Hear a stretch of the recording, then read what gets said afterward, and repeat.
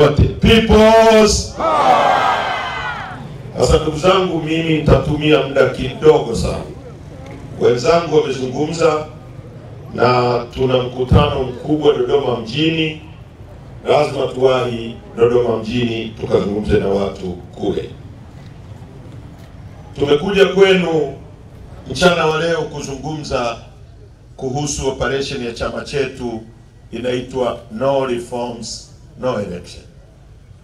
Bila mabadiliko hakuna uchaguzi.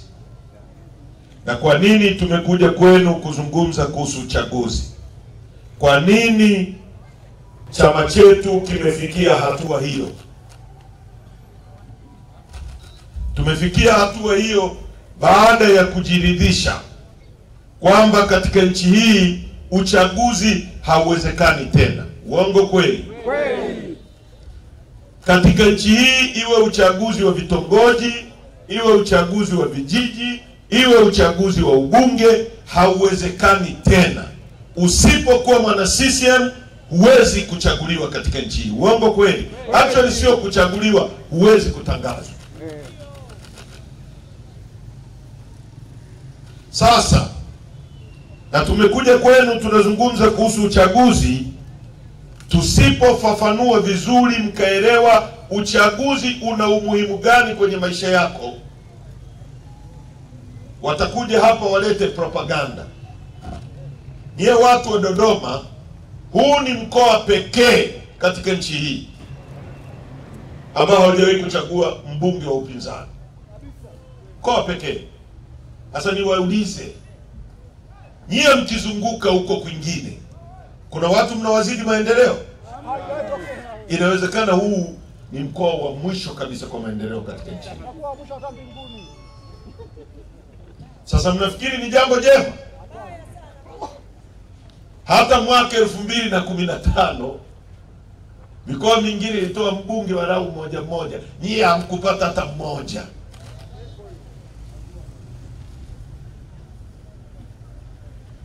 Sasa watu wa Dodoma, ni nyie kuchagua kuendelea kubaki kwenye makucha ya CCM. Tulikuwa bungeni, mimi nilikuwa na mzee wenu anaitwa George Malima Ruberedi, tulikuwa naye bungeni. Mzee amechoka kabisa, seriously, wala sio seriously kabisa. Bungeni sio sehemu ya kufanyia majaribio. Katiba ya nchi yetu ibara ya 8 inasema Jamhuri ya Muungano wa Tanzania ni nchi inayofuata misingi ya demokrasia na haki jamii, na kwa hiyo wananchi ndio msingi wa mamlaka yote, na serikali itapata madaraka na mamlaka yake yote kutoka kwa wananchi kwa mujibu wa katiba hii. B, lengo kuu la serikali itakuwa ni ustawi wa wananchi. C, serikali itawajibika kwa wananchi. Maana yake ni nini? Sasa mtulie, nimeshaona mmeona polisi sasa mnageuka hivi. Mnataka mkimbia hapa. Au polisi wamesikia sauti ya mwenyekiti wa vijana, wamekimbia hapa kuja kulinda. Kwa sababu nikirushiwa jiwe hapa watajibu ilikuwaje. Unaelewana? Wagogo wamkawia hapa kuingia kwenye fungu za hilo dude hapa. Nimeshaona polisi. Uongo kweli? Ujue Biblia inasema waoga, wazinzi, waabuduo sanamu wote adhabu yao ni nini? Kwenye lile ziwa liwakalo moto. Sasa mtulie mpate elimu hapa. Cheni kugeuka. Hao wako hapa kuniangalia mimi. Sasa katiba inavyosema kwamba msingi wa mamlaka na madaraka yote ni wananchi, maana yake nini? Maana yake ni kwamba badala ya sisi wa Tanzania wote tuwe marais katika nchi hii, haiwezekani. Hakuna mtu atakayepokea order. Kwa hiyo tunateua mtu mmoja kwa niaba yetu awe rais.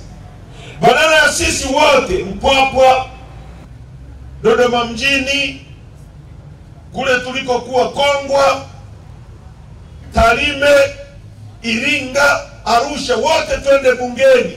Hakuna ukumbi wa kututosha wote kukaa. Tunateua mtu mmoja kwa niaba yetu akatusemee matatizo yetu.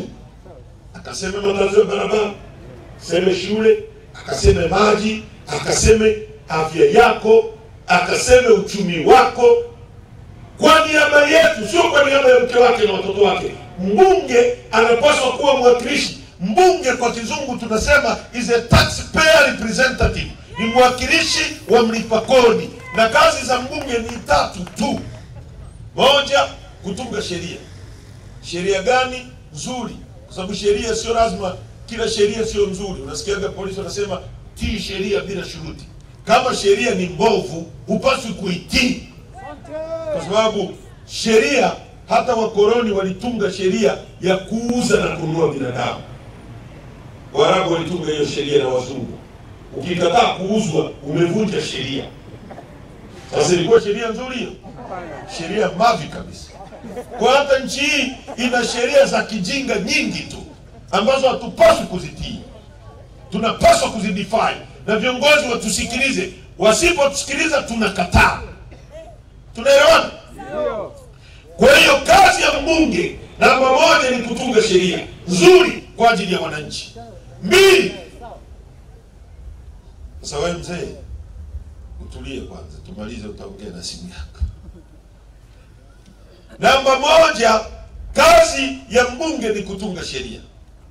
Namba 2, kuisimamia serikali ili ifanye nini? Ifanye kazi ya wananchi, kwa sababu mbunge ni mwakilishi wao. Namba 3, ni kuiwajibisha serikali isiposikia.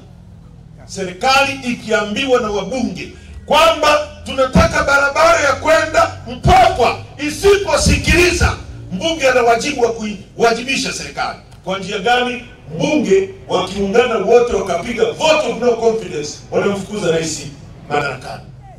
Wanafukuza rais, wanafukuza waziri, wanafukuza waziri mkuu. Kwa kazi za mbunge ni 3 tu: kutunga sheria, kusimamia kodi yako itumike kwa usahihi, kwa sababu ni mwakilishi wa mlipa kodi, kusimamia serikali na kuiwajibisha serikali. Kwa hiyo katiba inasema ibara ya 8 kwamba Jamhuri ya Muungano wa Tanzania ni nchi inayofuata misingi, wananchi ndio msingi wa mamlaka yote na madaraka yote. Kwa mamlaka ya rais ni wewe umempa, inapaswa kuwa. Katiba hii inasema lengo la katiba hii, hiyo ni ibara ya 9, ni kuwezesha ujenzi wa Jamhuri ya Muungano na Serikali ya Mapinduzi Zanzibar au chochote kati ya vyombo vyake na udugu na amani, kutokana na kufuata siasa za ujamaa na kujitegemea, ambayo inasisitiza utekelezaji wa misingi ya kijamaa kwa kuzingatia mazingira yaliyomo katika Jamhuri ya Muungano.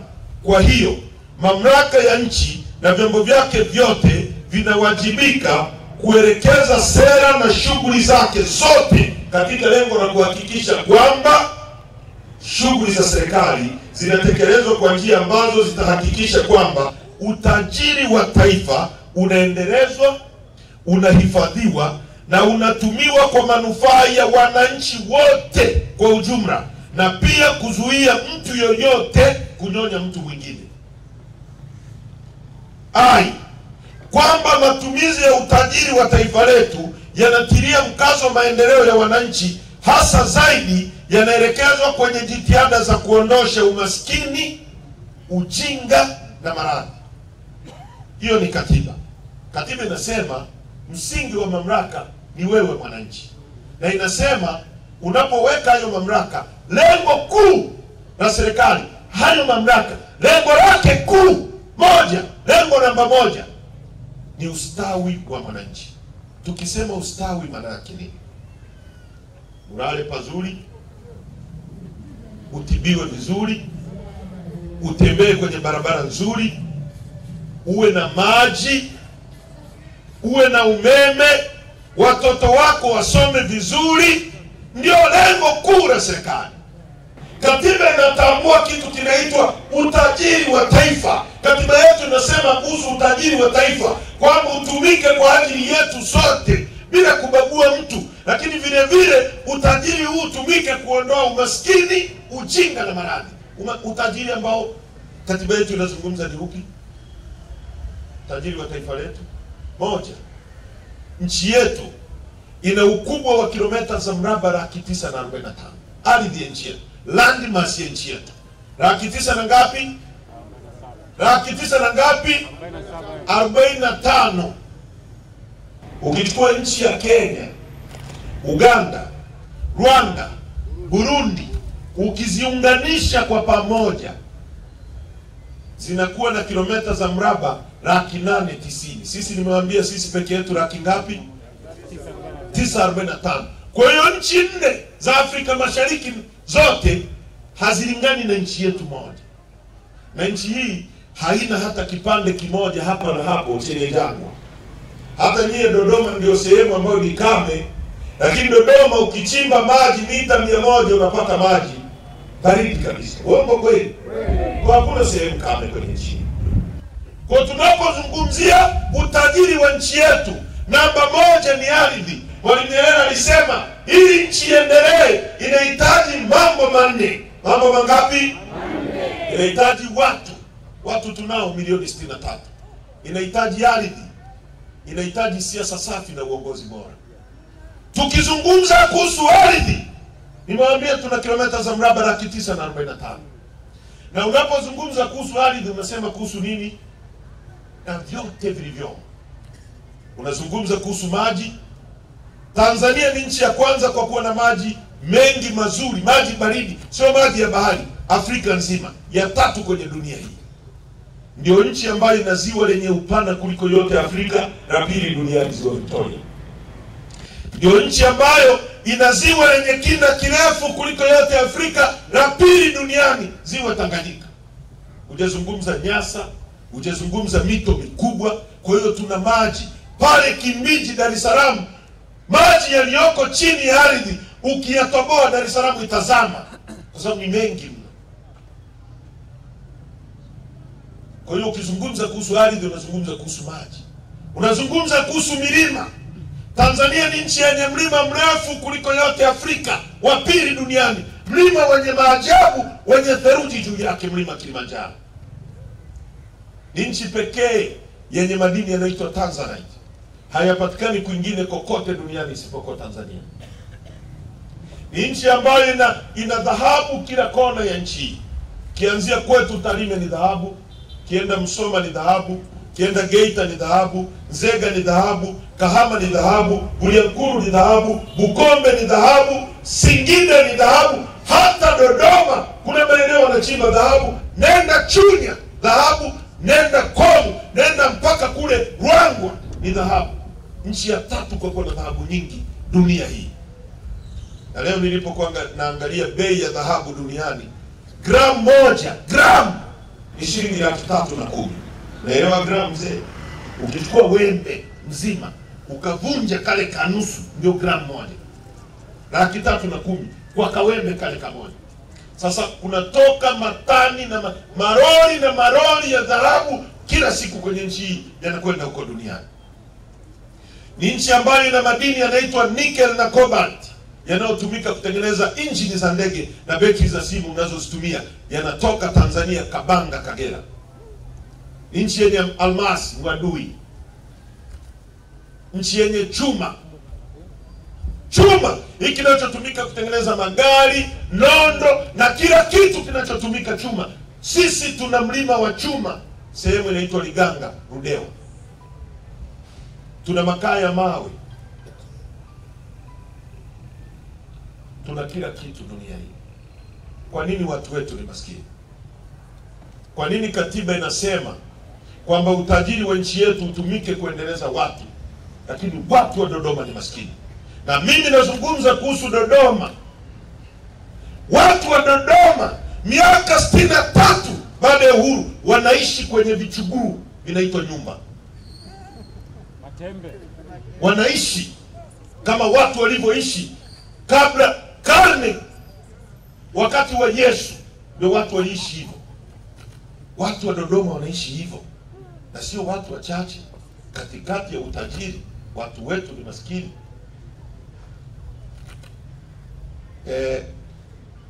Mpigania haki wa watu weusi Afrika Kusini anaitwa Stephen Biko.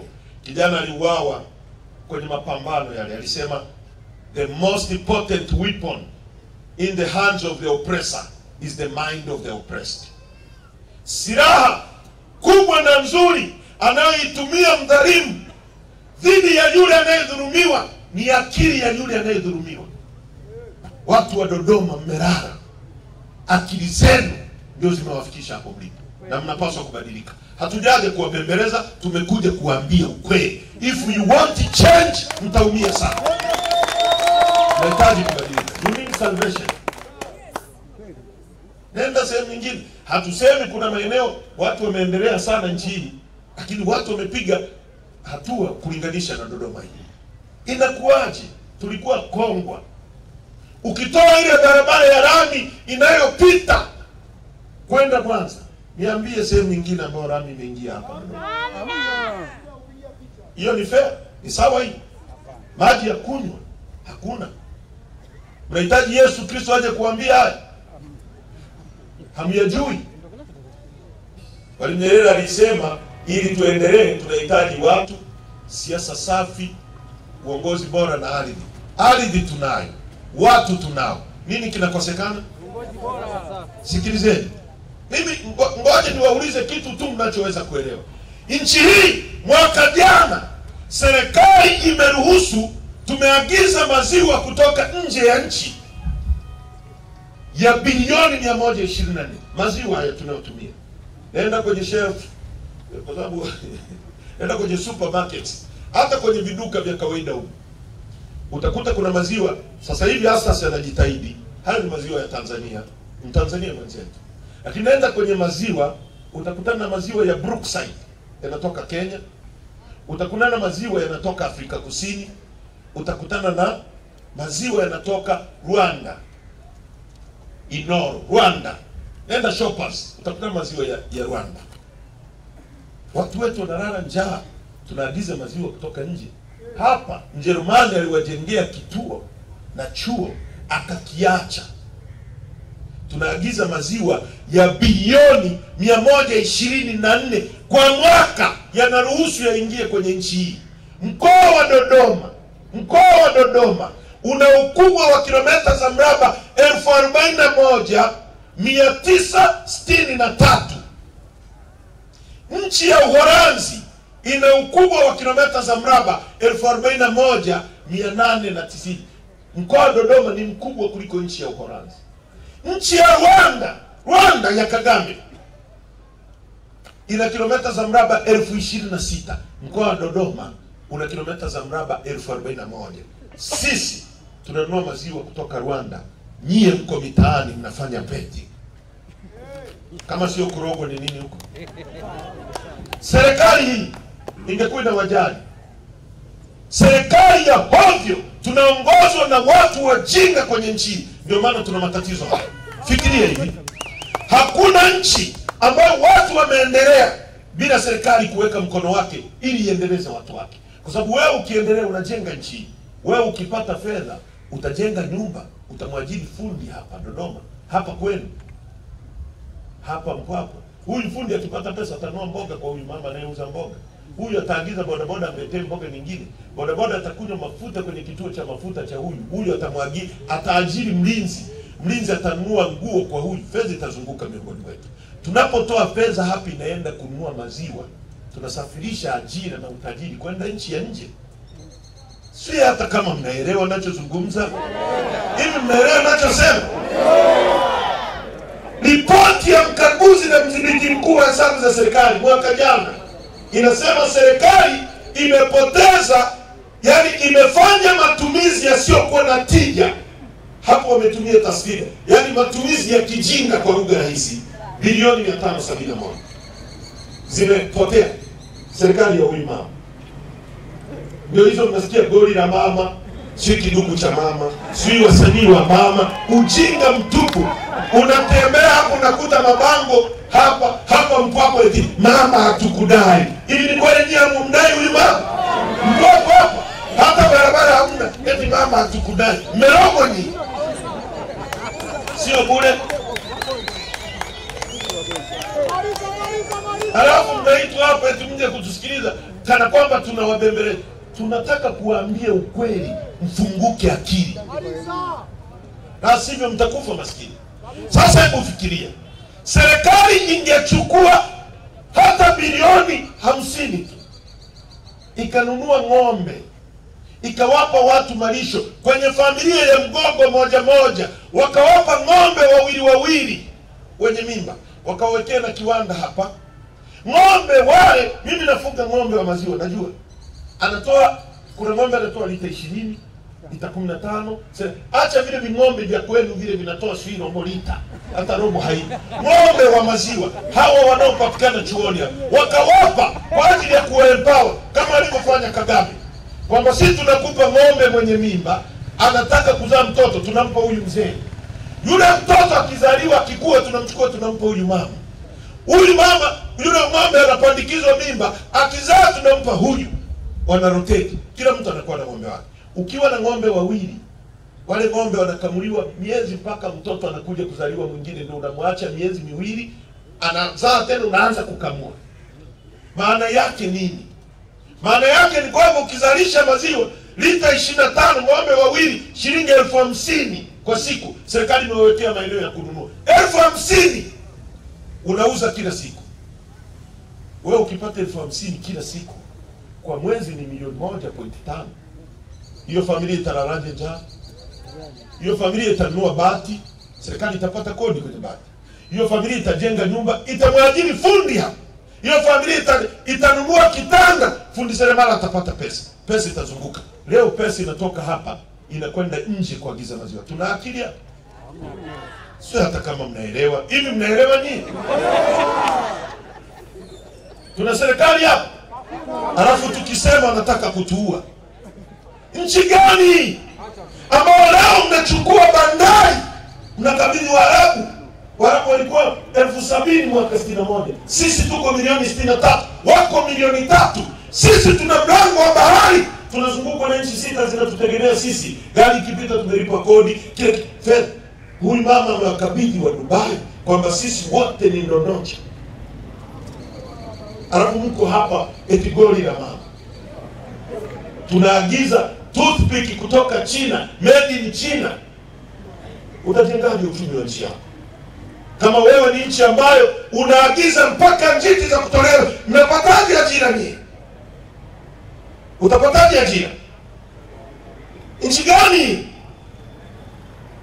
Vijana wako mitaani wanaambiwa tatizo la ajira ni tatizo la kidunia. Sio kweli. Tatizo la ajira na nchi hii ni tatizo la kutengenezwa na viongozi wajinga walioko madarakani. Hawana uwezo, wamechoka, na lazima tuwabadilishe. Nyie ndio mnaturudisha nyuma nyie.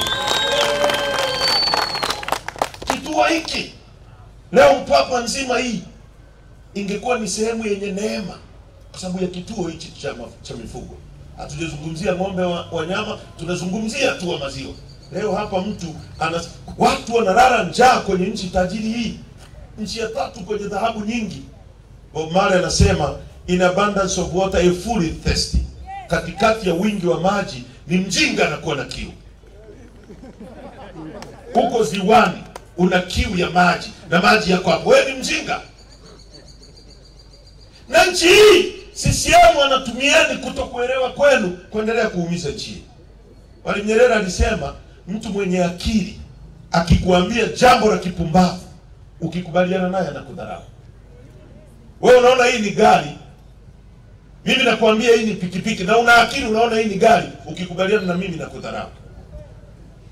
CCM kila mwaka nawaambieni watalima hiyo barabara. Napanga foleni, mnachagua elimu. Mwaka baada ya mwaka, miaka, kila mtu anatumia hiyo barabara. Tutaleta maji ya yaji. Sasa wao na nyie nani wajinga? Sisi. You people need to change. Nahitaji mbadilike kabisa. Watu wa Dodoma lazima mbadilike. Na tumeleta kwenu message kwamba tunahitaji kubadilisha nchi. Nchi hii imekuwa kwenye mikono ya CCM kwa miaka 63, inatosha. Matatizo hayawezi kutatuliwa na kiwango kile kile cha fikra kilichosababisha matatizo hayo. Haiwezekani. Unahitaji kiwango cha juu cha fikra kisi. Matatizo ya kukosa ajira ni ya CCM. Matatizo ya kukosa maji ni CCM. Na sisi hatuzungumzi CCM wa Kibako, sio hapa Kibako, sio Mpwapwa. Huyo ni wa kuhurumia na kumuombea. Amechoka tu na yeye.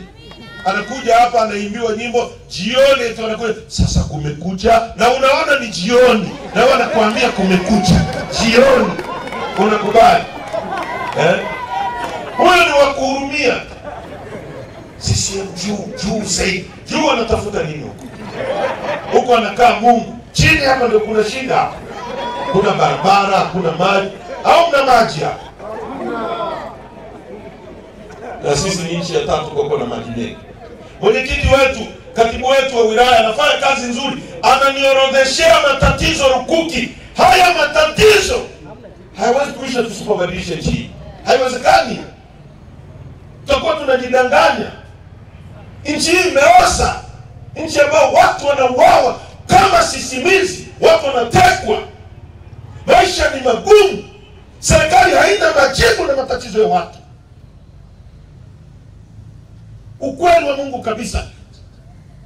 Hivi kweli kabisa kuna mtu ana matumaini kwamba huyu mama anaweza kuwa rais akabadilisha kitu chochote? Seriously? Kuna mtu ana matumaini? Tunaenda shimoni. Nchi iko kwenye autopilot. Lazima tubadilishe nchi hii. Wanang'ang'ania madaraka, wanatisha watu, wanaua watu. Mtu anaandika kwenye mtandao anauawa. Lissu yuko ndani. Lissu sio mwizi. Lissu hajaiba kitu cha mtu. Yuko ndani kwa sababu anasema dhahabu yetu itumike kubadilisha maisha yenu. Na mabadiliko duniani ni kwa ajili ya vijana na watu maskini. Wewe unaogopa nini mabadiliko? Model unahitaji mabadiliko. Azam unahitaji mabadiliko. Wewe usiyokuwa na nyumba, usiyokuwa na sehemu ya kulala unahitaji mabadiliko ili upate sehemu ya kulala. Wewe usiyokuwa na uhakika wa kura unahitaji mabadiliko. Nchi hii kila kitu kinaharibiwa. Elimu ni takataka. Ndio maana hakuna critical thinking kwa watu wetu. Unapewa chumvi, unauza miaka 5. Uelewi hata ukubwa wa unachokifanya. Chumvi na sukari na ndara na katisha tika 10,000 unauza destiny ya watoto wako. Inakuaje afisa elimu yuko hapa Mpwapwa, si ndio? Ndio. Analipwa na serikali, uongo kweli? Kweli. Ana gari ya serikali, uongo kweli? Kweli. Anakaa kwenye nyumba ya serikali, si ndio? Ili afanye nini? Asimamie ubora wa elimu, si ndio? Kwa nini mtoto wake asomi kwenye elimu anayoisimamia yeye? Kama hamtumii akili yeye. Kwa nini? Jambo dogo. Rais anawaambia ameendeleza huduma za afya. Akipiga chafya anaenda kutibiwa nje. Kwa nini asitibiwe kwenye zile huduma alizoboresha? Yeye hapendi kutibiwa pazuri. Hizo huduma ni nzuri. Sio hata kama. Hivi mnaelewa nyinyi? Tubadilishe nchi hii. Tunahitaji mabadiliko. Na nyie Mpwapwa mnahitaji mabadiliko zaidi. Tunahitaji mabadiliko kwenye nchi. Na ndio maana Chadema tumesema katika mazingira yaliyopo uchaguzi uwezekani. Lazima kwanza tupiganie mabadiliko ya sheria ili uchaguzi uwe huru na haki. Uchaguzi huu wa watu kukimbia na maboksi. Mwalimu alisema tunahitaji siasa safi na uongozi bora. Hawa askari wanapokimbia na kura, wanaiba kura. Hiyo ni siasa safi? Siasa safi tujenge hoja. Na sio kwamba hawa hawana shida, wana shida kweli. Hawa tangu sisi tukiwa bungeni tulipowasemea wakapewa posho shilingi 300,000 mwaka 2015 haijai kuongezeka. Na mbunge mjinga kabisa darasa la 7 analipwa kwa siku shilingi 620,000. Mimi nimekuwa mbunge. Wakati nikiwa bungeni mshahara milioni 12. Tulikuwa na mzee Malima Rubereja. Kwa mwezi 12. Kwa siku 420 wakati ule. Leo kwa siku 620,000 mshahara milioni 18. Hawa watu hao pamoja na mambo ya kijinga ambao wanatumwa wanafanya, lakini this is a noble profession. Watu wamekula kiapo kufa kutulinda sisi. Risasi ikipigwa hapa sisi tutakimbia kwenda kule. Wao watakimbia wafuate risasi watuokoe sisi. Kwa hiyo watu wanahitaji kuangaliwa. Wengine wanaoita men in uniform kwenye nchi zilizoendelea. Unamlipa posho kwa mwezi shilingi 300,000. mbunge analipwa 620,000. Akikaa mbunge tu kuna posho inaitwa ya makalio, sitting allowance. Mbunge matako yake hayaumii bure, shilingi 400 na kitu kwa siku. Huyu kwa mwezi 300,000. Mbunge akipiga chafu ya Marekani, juzi wanasoma Wizara ya Mambo ya Ndani budget, badala wazungumze hata hao watu walau wapewe insurance hata ya kutibiwa Aga Khan kuliko kuwapeleka general tu hamna hata aspirin. Wanajadili mle, wamegeuza Wizara ya Mambo ya Ndani kuzungumza mama anatukanwa, mama si nini, badala ya kuzungumza uniform zao mabwana, mishahara yao iongezeke. Tangu tutoke bungeni hakuna naye wasemea. Na walivyo sio wameraniwa, wanatupiga sisi tuliokuwa tunawasemea. Sasa kaeni hivyo CCM wanyonge ndio mtaelewa. Yaani wewe ungetumwa na CCM kuiba kura ya mpinzani, ulipaswa wewe kwa mae zaidi isiibiwe. Uongo kweli? Sema CCM hayana busara, hayana akili. Yanafikiri yenyewe ndio yanapaswa kuishi vizuri. Kija hapa amevaa vizuri, kila mtu anastahili maisha mazuri, na Mungu ametuleta kwenye nchi hii. Ujinga wanaowaambia si mpaji Mungu si nini, Mungu ni kweli, Mungu ndiye anatoa, ndio amepanga. Ndio maana ametuweka kwenye nchi ya 3 kwenye dhahabu nyingi duniani. Nchi pekee ni Tanzania. Nchi yenye mlima Kilimanjaro na mbuga kubwa kuliko zote. Kwa nini hakuziweka sehemu nyingine? Kwa nini hakutupeleka jangwani? Alitaka tuishi vizuri hapa. Wanaotuumiza ni viongozi wa hovyo walioko madarakani, na lazima tuwaondoe. Ndio maana tumekuja kwenu kuomba mtuunge mkono. Nyie mko hapo mnasemaje? Nyie mnasemaje? Nyie mnasemaje? Tuunge mkono agenda ya chama chetu ya no reforms no election. Tupate uchaguzi, tubadilishe nchi.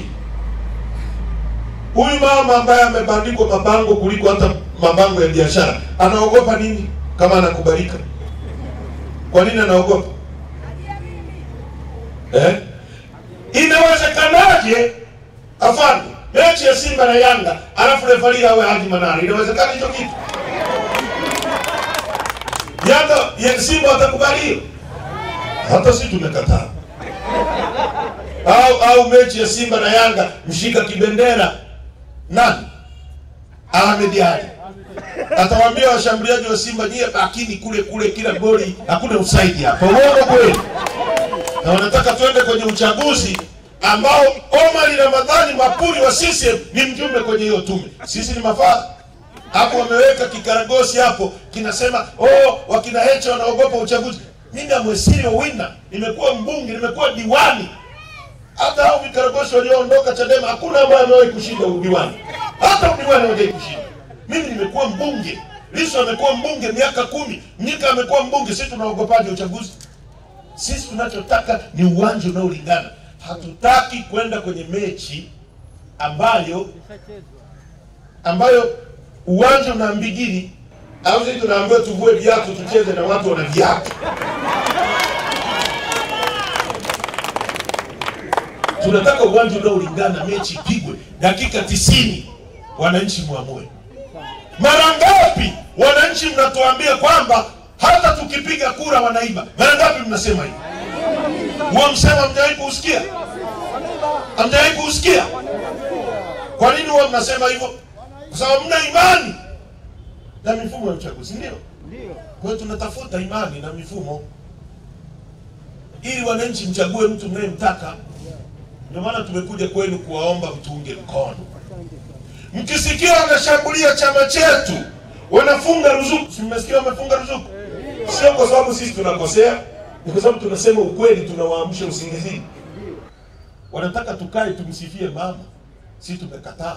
Au nataka haki ya Mungu mpaka sikilizeni.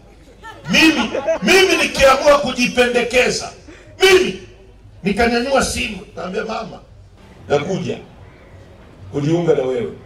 Unajua wewe umeletwa na Mungu. Nikaamua niwe chawa. Si kuna watu machawa nchini? Kesho nakuwa waziri. Haki ya Mungu kabisa, kesho nakuwa waziri.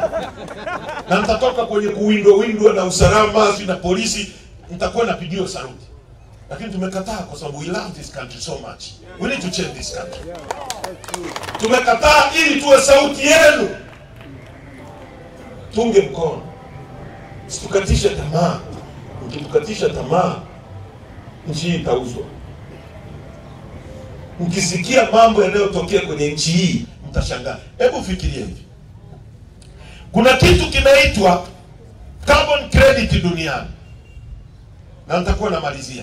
Mambo ya nchi hii ni ya aibu mpaka unajiuliza inakuaje nchi ya watu kama hii, ya watu milioni 63 kuna mambo kama carbon credit. Kwamba nchi zinazozalisha hewa ya ukaa zenye viwanda vikubwa duniani zinazalisha uchafu, yanasababisha mabadiliko ya tabia nchi huko duniani, zinachafua ozone layer. Kwa hiyo nchi kama China, Uingereza, Marekani, Ujerumani zinapigwa faini kwa sababu zinazalisha hewa ya uchafu nyingi, ili nchi zinazozalisha oksijeni zilipwe, zipewe fidia. Oksijeni inatokana na nini? Hivi nie wapo hapa mna. Si hiyo ni sui science darasa la kwanza, si la pili.